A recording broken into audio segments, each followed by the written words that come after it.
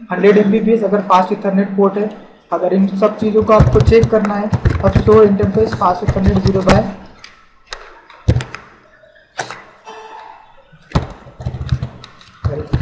0/0 अगर आप रन करोगे तो ये आपको यहाँ पर बता देगा कि MTU का साइज़ कितना है, बैंडविड्थ आपका कितना है 10,000 किलोबिट पर सेकेंड, डिले कितना है 1000 है, रिलायबिलिटी कितनी है और लोड कितना है। क्लियर हो गया?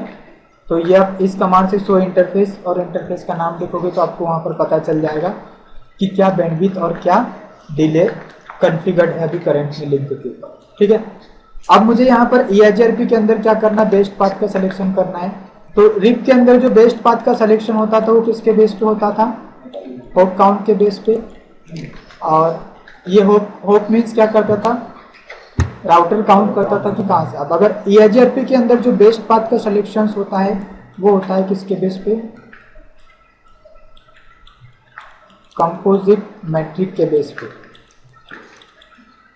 यहाँ पर जो बेस्ट पाथ का सिलेक्शन होगा वो कंपोजिट मैट्रिक के बेस पे होता है। और मैट्रिक कैलकुलेट होती है आपकी बैंडविड्थ एंड डिले, ये डिफॉल्ट है ना, ये क्या है, ये डिफॉल्ट पैरामीटर्स है। तो यहाँ जो मैट्रिक कैलकुलेट होती है बाय डिफॉल्ट किसके बेस पे थी, बैंडविड्थ और डिले के बेस पे। अदर पैरामीटर्स जो हमारे पास में रिलायबिलिटी एंड लोड। तो अगर EIGRP में मैट्रिक कैलकुलेशंस आपको सिर्फ कोई पूछता है बेस्ट पाथ सिलेक्शन किसके बेस पे होता है तो वो किसके बेस पे होगा, कंपोजिट मैट्रिक के बेस पे। बाय डिफॉल्ट EIGRP जो मैट्रिक कैलकुलेट करता है वो लिंक की बैंडविड्थ और लिंक के डिले के बेस पे। बट अदर पैरामीटर्स में आप क्या यूज़ कर सकते हो, यहाँ पर रिलायबिलिटी और लोड को क्या कर सकते हो, यूज़ कर सकते हो। समझ में आ गया? इतना नोट कर लिया। अब इसके लिए ये क्या करता है, एक फॉर्मूला यूज करता है। MTU साइकिल वैल्यू बोलते हैं किसमें? नहीं, MTU अलग चीज़ है, बैंडविड्थ अलग होता है। बैंडविड्थ तो आपका कितना डेटा आप वहाँ से क्या करोगे लेकर के जाओगे वो बता दें। MTU आपके पैकेट के साइज को क्या करता है, फिक्स करता है।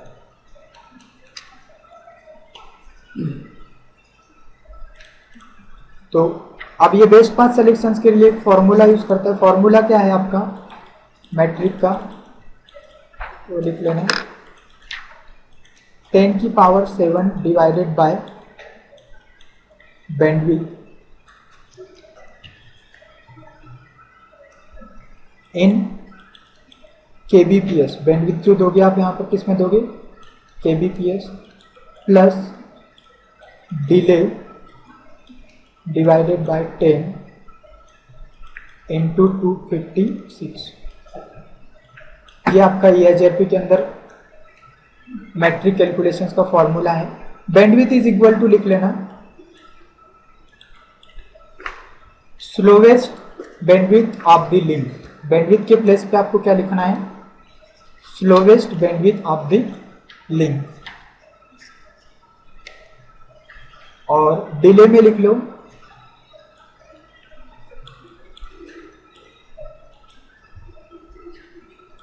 Total delay of the link या sum of the link, total delay of the link.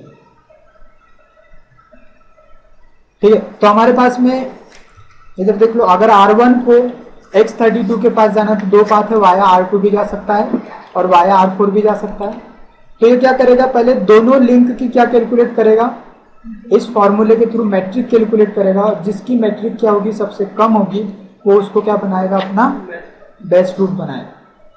ठीक है, तो जैसे अगर ऊपर वाली लिंक की मैट्रिक कैलकुलेट करता है तो फॉर्मूले में क्या यूज करेगा, 10⁻⁷ डिवाइडेड बाय बैंडविड्थ। तो बैंडविड्थ में मैंने क्या बोला है, स्लोवेस्ट बैंडविड्थ। तो स्लोवेस्ट कहाँ पर, यहाँ 1 Mbps है और यहाँ पर 64। तो यहाँ पर आप क्या लिखोगे, 64 kbps। उसके बाद डिले, तो डिले कितना होगा आपका, सम ऑफ द लिंक। तो यहाँ पर 2000 चल रहा है और यहाँ पर भी 2000 चल रहा है, कितना हो गया 4000 तो यहाँ पर 4000 डिवाइडेड बाय 10, ठीक है, और इंटू 256 इसको कैलकुलेट करोगे, ठीक है। यहाँ जो भी आएगा वो ऊपर वाली लिंक की मैट्रिक कैलकुलेट होकर के आ जाएगी। वैसे नीचे वाली लिंक के लिए तो 10 की पावर 7 डिवाइडेड बाय 128, क्योंकि इधर क्या चल रहा है 512 और इधर क्या चल रहा है 128, तो स्लोवेस्ट क्या हुआ 128 प्लस डिले भी कितना हो जाएगा 4000 डिवाइडेड बाय 10 इंटू 256। तो दो लिंक थी और दोनों के थ्रू यहाँ पर क्या होगा आपका कैलकुलेशन होगा ये आपका, ठीक है। और जिसकी भी मैट्रिक क्या होगी, जिस पाथ की मैट्रिक क्या होगी सबसे कम होगी, उसको क्या बना लेगा बेस्ट टूल बना लेगा। तो यहाँ पर वो देखता है कि बैंडविड्थ किसकी ज़्यादा है और डिले किसका कम है। अगर आप इसको कैलकुलेशंस में देखोगे कैलकुलेट करके, तो ये आपका बेस्ट पाथ सिलेक्शंस का क्या हुआ फॉर्मूला हुआ।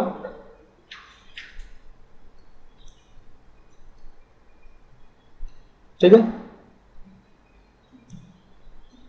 तो अभी ये बेस्ट पाथ सिलेक्शंस के लिए क्या यूज कर रहा है बैंडविड्थ और डिले को। अदर पैरामीटर्स भी मैंने बताया कि हम यहाँ पर रिलायबिलिटी और लोड को क्या कर सकते हैं बेस्ट पाथ सिलेक्शंस में क्या कर सकते हैं यूज कर सकते हैं। अब अगर आपको कोई बोलता है कि यहाँ पर EIGRP के अंदर बेस्ट पाथ सिलेक्शन जो होना चाहिए वो केवल बैंडविड्थ के बेस पे होना चाहिए, यहाँ पर बेस्ट पाथ सिलेक्शंस में इसने डिले को कंसीडर नहीं करना चाहिए। अब आप क्या करोगे, तो यहाँ पर EIGRP के अंदर बेस्ट पाथ सिलेक्शंस का क्राइटेरिया फिक्स करने के लिए हम किसका यूज करते हैं EIGRP के वैल्यूज का यूज करते हैं। EIGRP के वैल्यूज का यूज क्यों होता है to fix the best path selections criteria. अगर कोई आपसे पूछे कि भाई EIGRP के अंदर हम के वैल्यूज का क्यों यूज करते हैं, तो EIGRP के अंदर बेस्ट पाथ सिलेक्शंस का क्राइटेरिया फिक्स करने के लिए हम किसका यूज करते हैं के वैल्यूज का यूज करते हैं। ठीक है, तो EIGRP की के वैल्यूज हमारे पास में 5 टाइप्स की के वैल्यूज है, K1, K2, K3, K4 और K5।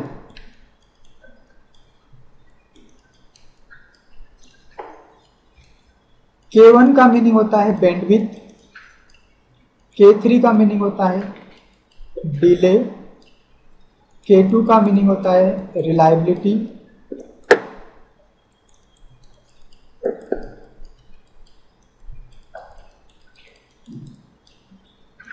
K4 लोड और K5 MTU।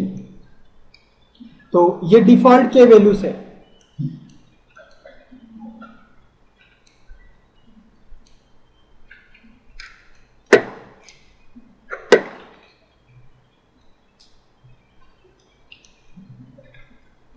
नोट कर लिया। अब यहां पर देखो K1 की वैल्यू कितनी है 1 और K3 की वैल्यू कितनी है 1। तो जो भी यहां पर क्या होता है के वैल्यूज क्या होती है ऑन होती है, ऑन मीन्स 1। EIGRP उसके बेस पे बेस्ट पाथ का क्या करता है सिलेक्शन करता है। तो बाय डिफॉल्ट K1 और K3 क्या होता है 1 होता है। K1 मीन्स क्या हो गया बैंडविड्थ और K3 मीन्स डिले। इसीलिए राउटर आपका क्या करता है बेस्ट पाथ सिलेक्शंस में किसको यूज करता है बैंडविड्थ और डिले को क्या करता है। नहीं, इसको K5 को भी 0 कर लेना, ये 1 नहीं है ना, K5 को 0 कर लो।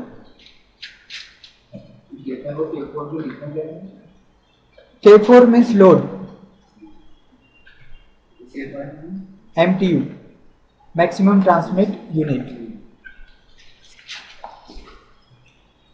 हो गया। तो अब अगर आपको बोला है कि बेस्ट पाथ सिलेक्शंस किसके बेस पे करना है आपको बैंडविड्थ के बेस पे, तो आपको K1 की वैल्यू को 1 रखना होगा, बाकी सारी वैल्यूज को क्या करना होगा 0 करना होगा। समझ में आ गया। ठीक है, तो के वैल्यूज का क्या यूज है क्लियर हुआ। बट अगर आप एक राउटर पे के वैल्यूज को चेंज करते हो तो फिर आपको हर एक राउटर पे के वैल्यूज क्या करनी होगी, क्योंकि फिर सभी का बेस्ट पाथ सिलेक्शन का क्राइटेरिया क्या होना चाहिए, सेम होना चाहिए। ऐसा नहीं कि एक बैंडविड्थ और डिले पे काम कर रहा है और एक किस पे काम कर रहा है, बैंडविड्थ पे काम कर रहा है, तो करेक्ट बेस्ट पाथ कैलकुलेट होकर के आएगा क्या, नहीं आएगा। तो इसलिए क्या होता है, अगर आप किसी राउटर के ऊपर के वैल्यूज को चेंज करते हो तो जब तक के दूसरे राउटर्स पे आप चेंज नहीं करोगे उनके बीच में नेबरशिप क्या नहीं होगी, स्टेब्लिश नहीं होगी। अगर R1 पे आपने के वैल्यूज चेंज कर दी तो R1, R2 और R3 से नेबरशिप क्या कर देगा, हटा देगा, जब तक के सेम के वैल्यूज आप वहां पर क्या नहीं करोगे, सेट नहीं करोगे। तो अभी के वैल्यूज करंट में क्या के वैल्यूज चल रही है वो चेक करना है तो आप कमांड रन कर सकते हो, शो आईपी प्रोटोकॉल कमांड। तो देखो जब प्रोटोकॉल कमांड आप लिखते हो तो यहाँ पर मैट्रिक वेट आपको दिखा रहा है कितना है, K1 1, K2 0, K3 1, K4 0, K5 0। अगर बेस्ट पाथ सिलेक्शंस मुझे किसके बेस पे करना है, बैंडविड्थ के बेस पे, तो आपको राउटर EIGRP 1 के अंदर जाकर के यहाँ पर मैट्रिक वेट कमांड लिखा हुआ है, तो आप यहाँ पर कमांड यूज कर सकते हो। जैसे मैट्रिक लिखते थे तो यहाँ पर क्वेश्चन मार्क करोगे तो एक होप काउंट वाला ऑप्शन आता है, इसी के नीचे एक कौन सा आता है, वेट्स, मैट्रिक वेट्स। इसके बाद में लिखा हुआ है TOS और ब्रैकेट में लिखा भी है ओनली TOS 0 सपोर्टेड, तो आप TOS क्या कर दो, 0 कर दो। इसके बाद क्वेश्चन मार्क करके देखो तो क्या बोल रहा है, K1 की वैल्यू क्या रखनी है आपको, तो क्या रखेंगे 1, फिर K2 0, K3 0, K4 0, K5 0। तो ये पहला 0 जो है वो किसको रिप्रेजेंट कर रहा है, टाइप ऑफ सर्विस को, TOS को। तो ये TOS आपका हमेशा क्या होना चाहिए, 0 होना चाहिए।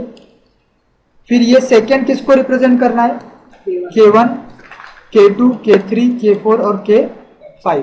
तो किसको, तो अभी यहां पर मैंने क्या रखा है, मैं जैसे ही एंटर करता हूं इसने देखो नेबरशिप क्या कर दी, R2 से डाउन कर दी, और यहां पर लिखा हुआ आ रहा है हाँ टाइप ऑफ सर्विस, और वो हमेशा 0 रखना है आपको। अब यहां पर भी चेंज करेंगे, राउटर EIGRP 1, सेम कमांड में क्या करता हूं, देखो मैसेज भी आ रहा है, नेबरशिप डाउन हुई क्योंकि के वैल्यूज क्या है, मिसमैच है। अब R3 से नेबरशिप डाउन हो जाएगी, R1 से नेबरशिप क्रिएट कर लेगा। यहां पर भी हमारे को सेम कमांड करनी है, अब सभी के बीच में नेबरशिप बन जाएगी। और अब आप यहां पर चेक करोगे, सो आईपी प्रोटोकॉल, तो यहां पर आपकी K1 क्या है, 1 है, बाकी सारी क्या हो चुकी है, 0 हो चुकी है। तो जो बेस्ट पाथ सिलेक्शन होगा वो किसके बेस पे होगा, बैंडविड्थ के बेस पे। क्लियर हुआ। तो फॉर्मूला कैसे यूज हो रहा है और के वैल्यूज को आपको कैसे चेंज करना है, ये नोट कर लो। EIGRP नेबरशिप कंडीशंस, EIGRP के अंदर 2 राउटर्स नेबर कब बनेंगे, है ना, तो उसके लिए क्या क्या चीजें जरूरी होनी चाहिए, AS नंबर, के value and authentication must be same.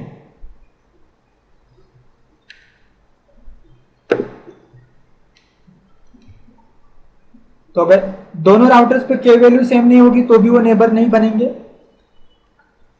Authentication हम देख चुके, एक साइड में ऑथेंटिकेशन लगा दे तो दूसरे साइड में नेबरशिप डाउन कर देता, जब तक कि दूसरे साइड ऑथेंटिकेशन नहीं लगाते हो नेबरशिप अपनी होती है। वैसे ही राउटर का अगर आप AS नंबर भी क्या कर दोगे, चेंज कर दोगे, तो वो एक दूसरे के नेबर नहीं बनेंगे। अगर R1 को AS1 में डाल दो और R2 को AS2 में डाल दो तो वो कभी भी नेबर नहीं बनेंगे। क्लियर हो गया। तो नेबरशिप बनने के लिए EIGRP के अंदर ये 3 चीजें सेम होनी चाहिए। इंटरव्यू में पूछा जाता है कि क्या क्या चीजें जरूरी है, या कभी अगर 2 राउटर्स नेबर नहीं बन रहे हैं तो आपको क्या चेक करना है, इन तीनों चीजों को चेक करना है कि ये सेम है या नहीं है। क्लियर हो गया। तो ये अब यहाँ पर आपको मैट्रिक्स अगर आप चेक करोगे सो आईपी राउट, तो इसके अंदर ये आपको क्या दिखाता है, ये आपकी मैट्रिक्स शो करेगा जो कैलकुलेट होकर के आ रही है। ठीक है, अब कुछ यहाँ पर टर्मिनोलॉजीज है वो लिख लो क्या होता है।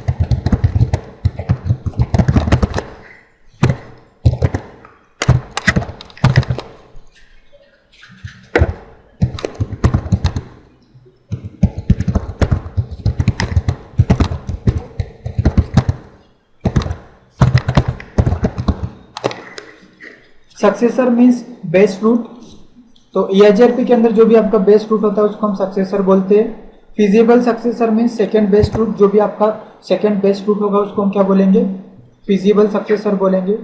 फिजिबल डिस्टेंस का मीनिंग क्या होता है, metric of the best route. तो आपके पास में दो पाथ है, इन दोनों में से जो भी बेस फ्रूट होगा उसकी जो मैट्रिक होगी उसको हम क्या बोलेंगे, फिजिबल डिस्टेंस। और एडवर्टाइज डिस्टेंस और रिपोर्टेड डिस्टेंस, इसका मीनिंग क्या होता है, metric advertise by neighbour router. आपको जो नेबर राउटर जो आपको क्या करेगा, मैट्रिक देगा, वो मैट्रिक आपके लिए क्या हो जाती है, रिपोर्टेड डिस्टेंस हो जाती है। ये नोट कर लिए चारों। यहां पर देखो डायग्राम में, जैसे ये R3 के पास में नेटवर्क X चल रहा है, R3 क्या करेगा, जो अभी हमने फॉर्मूला देखा था ईआईजीआरपी का बेस्ट पाथ सिलेक्शंस का, तो R3 क्या करेगा, उस फॉर्मूले के थ्रू नेटवर्क X के लिए भी क्या कैलकुलेट करेगा, मैट्रिक कैलकुलेट करेगा। अब सपोज करो R3 ने इसकी मैट्रिक कैलकुलेट की और वो मैट्रिक कितनी आई, 1। तो ये जब X32 को इधर एडवर्टाइज करेगा तो उसके साथ में मैट्रिक भी क्या लगा करके भेजेगा, 1।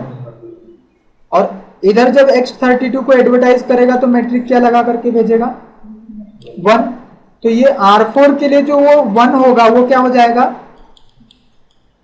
RD हो जाएगा। ये बोलेगा कि X32 के पास जाना है तो उसकी मैट्रिक कितनी है, वो कितनी है, 1। तो ये इसके लिए RD हो जाएगी। नेबर राउटर जो एडवर्टाइज कर रहा है वो मैट्रिक हमारे लिए क्या हो जाती है, RD। इसकी फिजिबल डिस्टेंस क्या होगी, तो फिजिबल डिस्टेंस में क्या होता है, RD plus local matric.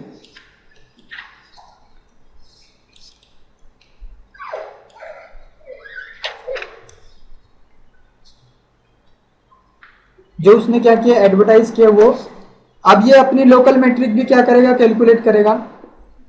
Suppose करो कि इस R4 और R3 के बीच की लोकल मैट्रिक जो आई वो कितनी आ गई, 10। तो इसकी FD कितनी हो जाएगी, 10 प्लस 1, तो कितना हो गया टोटल, 11। समझ में आया, तो 11 इसके लिए FD हो गई और RD कितनी हो गई, 1। और जब हम R4 X32 को R1 को एडवर्टाइज करेगा तो मैट्रिक कितनी देगा, 11 देगा। तो R1 के लिए RD जो होगी वो कितनी हो गई, 11, पर FD कितनी हो जाएगी, उसमें लोकल मैट्रिक भी ऐड हो जाएगी। सपोज करो लोकल कितना है 10, तो 10 प्लस 11 कितना हो गया, समझ में आया? तो ये तो इस पाथ से हुआ। अब ऐसे इधर से सपोज करो इसकी लोकल कितना आ गया 5 आ गया, तो यहां पर कितना हो जाएगा, आर डी कितना होगा 1,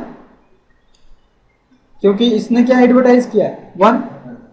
एफ डी कितना होगा उसके लिए 5 प्लस 1 कितना हो जाएगा 6।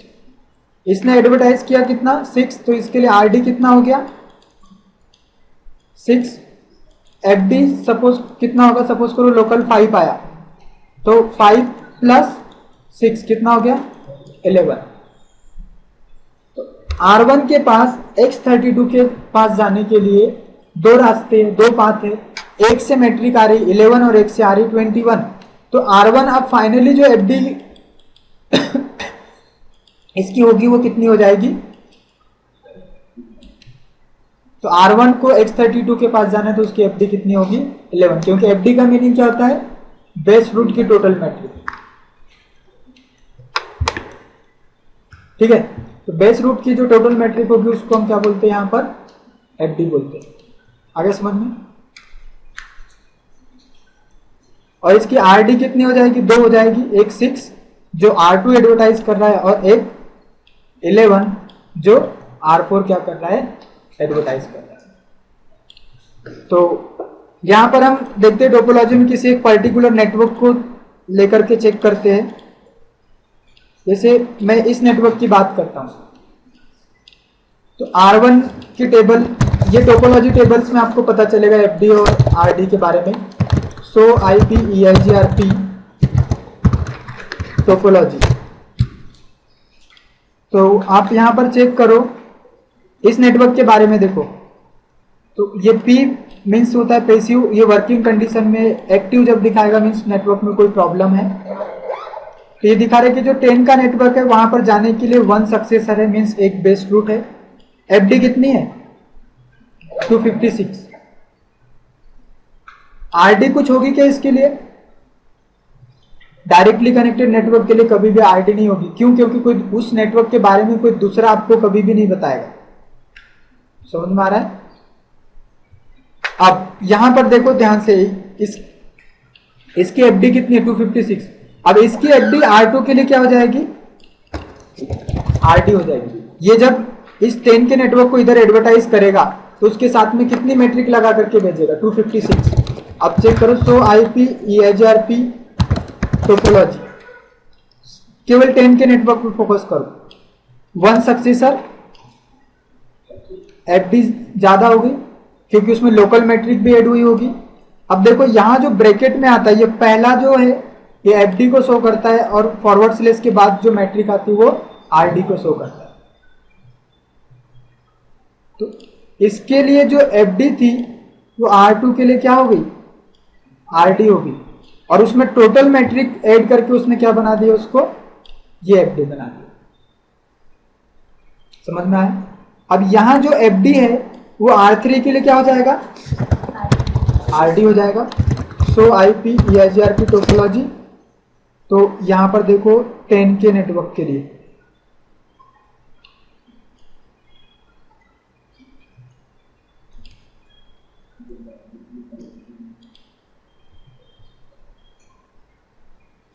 R3 पे 10 का नेटवर्क,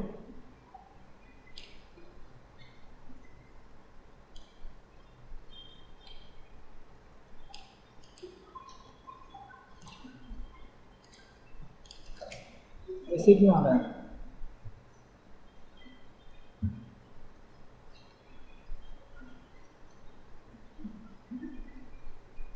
वन सक्सेसर और FD आ रहा है, बट इसके लिए हमारे को RD शो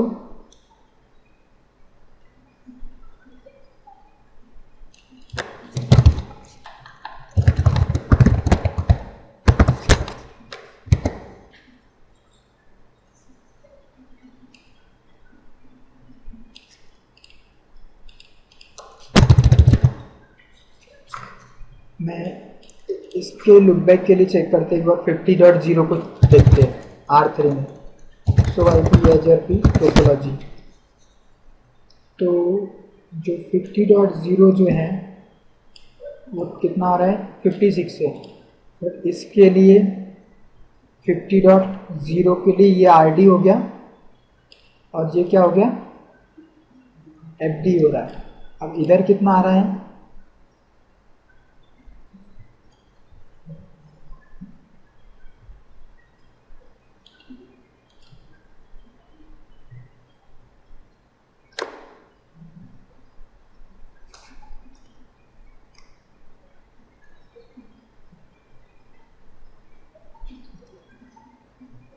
अच्छा ये सेम इसलिए शो कर रहा है आपको यहाँ पर क्योंकि यहाँ जो बेस्ट पाथ का सिलेक्शन हमने किया वो किसके बेस पे किया है, बैंडविड्थ के बेस में। और बैंडविड्थ में क्या होता है कि वो इसमें से जो भी स्लोवेस्ट लिंक है उसके बेस पे एक बार कैलकुलेट कर लेगा, बाकी फिर वो क्या नहीं करेगा, बार बार कैलकुलेट नहीं करेगा। यहाँ पर आपका क्या नहीं हो रहा, डिले के बेस पे बेस्ट पाथ का सिलेक्शन नहीं हो रहा। थोड़ा मैं यहाँ पर के वैल्यूज में चेंज करता हूँ, जैसे राउटर AGRP 1 और जो के वैल्यूज हमने दी थी मैं K3 को भी 1 कर देता हूँ, मीन्स डिले को भी मैं क्या कर रहा हूँ 1 कर रहा हूँ, ठीक है। नेबरशिप डाउन होगी, राउटर AGRP 1 और यहाँ पर भी आपको क्या करना है, राउटर AGRP 1। अब हम देखते हैं, तो अब ये जो फॉर्मूले में दो चीजें कंसीडर करेगा, बैंडविड्थ भी और डिले भी। फिर से चेक करते तो IP AGRP टोपोलॉजी। अब देखो उसी नेटवर्क के लिए यहाँ पर क्या हो रहा है, FD बढ़ चुकी है क्योंकि अब डिले भी काउंट किया होगा, बैंडविड्थ भी कितना है 128/256, ठीक है। तो ये 128/256 इसके लिए क्या होगा,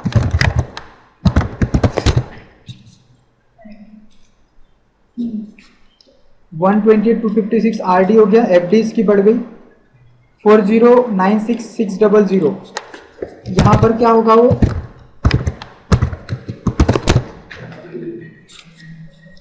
10 के नेटवर्क के लिए देखो 4096,600 RD हो गया और ये उसको क्या हो गई FD हो गई। तो वो पहले क्यों नहीं दिखा रहा था यहाँ पर, ऐसे R3 पे क्यों नहीं शो कर रहा था, क्यों, क्योंकि आपने बैंडविड्थ के बेस पे बेस्ट पाथ सिलेक्शन करने का बोला था और बैंडविड्थ में हमने क्या देखा हुआ था कि वो स्लोवेस्ट लिंक को यूज करता है, तो वो हर राउटर पे चेंज नहीं होगा। फिर आप R3 से अगर R4 भी लगाओगे R5 भी लगाओगे तो सभी पे क्या शो करेगा, वो सेम मैट्रिक ही क्या करेगा शो करेगा, क्योंकि उसमें बैंडविड्थ यूज हो रही थी और बैंडविड्थ तो पूरी लिंक की काउंट होती है, हर एक इंटरफेस पे तो काउंट होता नहीं है, पर डिले क्या होता है सम हो रहा है। तो अब जितने भी राउटर्स लगे होंगे हर जगह मैट्रिक क्या होते जाएगी आपकी चेंज होते जाएगी, क्यों, क्योंकि डिले उसमें क्या होते जाएगा ऐड होते जाएगा, ठीक है। तो ये हमारा AGRP कंप्लीट।